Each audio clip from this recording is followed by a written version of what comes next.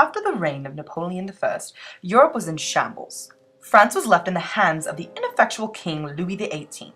Many lands were left without rulers, and it seemed as though conflict would never cease. But one conference later, everything changed. I am Simone Sharma, and welcome to the History of Us on the BBC.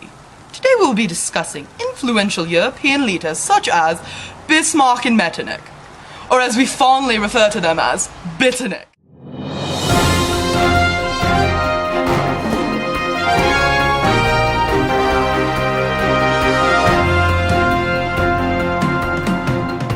Congress of Vienna had to decide how to treat France. Should they be strict in order to ensure that France cannot rise to the same kind of power again? Or should they be lenient in order to avoid a spirit of revenge in France? The leaders decided to be lenient towards France. The leaders agreed to the restoration of the Bourbon monarchy and reduce France to its 1792 boundaries. One of the main contributors to the Congress of Vienna was Prince Clemens von Metternich of Austria. Metternich was born into a family of minor Westphalian nobles. He was a diplomat from an early age when he married into a powerful and wealthy Austrian family. His earliest notable diplomatic position was ambassador to Berlin and later to Paris. After Napoleon had been defeated, many of Europe's most prominent and largest countries bound together to create a peace agreement, something that Europe had been sorely missing.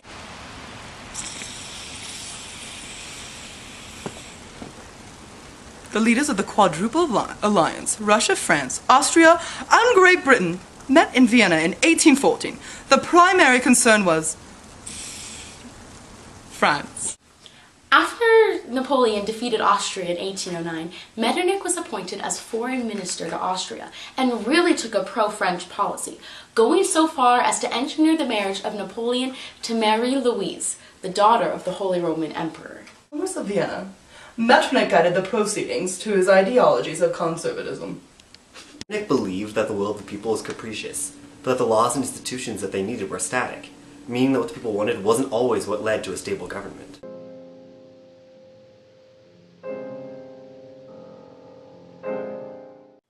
As a major leader of the diverse Austrian Empire, Metternich distrusted the ideas of nationalism.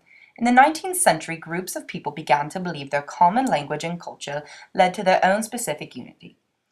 These groups began demanding sovereignty and independent political states. Metternich had three goals that guided the Congress of Vienna: containing France to prevent future aggression, restoring a European balance of power, and returning the royal families of Europe to their rightful thrones. The Congress of Vienna was indeed a success. For the next 40 years, there weren't any wars in Europe, a stark contrast to the previously war-torn continent.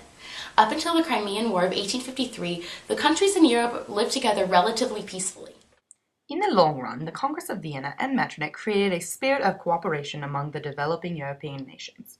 Metternich created a series of alliances called the Concert of Europe in order to ensure that European nations would help each other to quell future revolutions.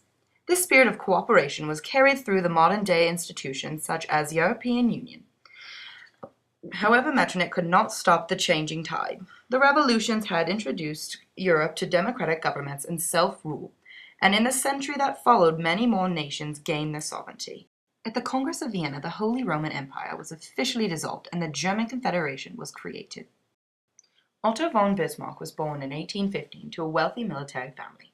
His father was a Junker estate owner and his mother was the daughter of a senior government official in Berlin. Appointed as a prime minister to Prussia in 1862, Bismarck was one of the single most influential people in the German unification. Bismarck believed that a Prussian-led unification would be the most successful path to a German nation. Bismarck's strategies for unifying Germany were unique. He engaged in several smaller wars and battles, but made it seem as if other countries had started these wars. Bismarck was truly a diplomatic genius when he was unifying Germany. Metternich realized that the new wave of nationalism did not have to conflict with the conservative government that he wanted for Germany. So he created a radical constitution, one that allowed for popular participation and support from the people. To bring the southern states into the Confederation, Bismarck started a patriotic war with France. Bismarck made it look like the war came around naturally.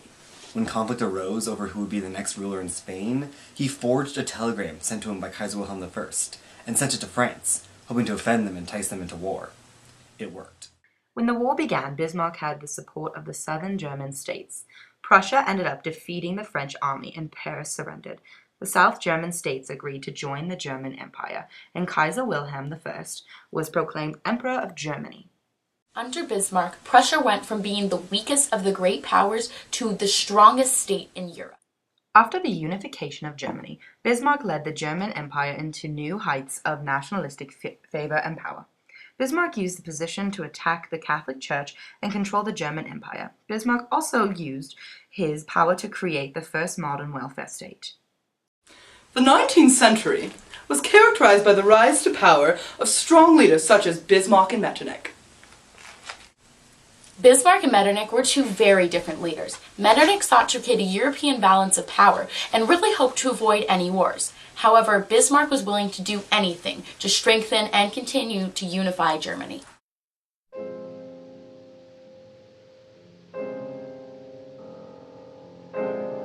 The divided goals of Bismarck and Metternich divided Europe into allies of Bismarck and those who wished to retain the balance of power that Metternich had created. This contrasting goals really led to the First World War. Metternich and Bismarck were two of the most important men in the 19th century Europe. Their policies can still be seen in the modern day. This has been the history of us on the BBC. I'm Simone Sharma. Godspeed, old bean.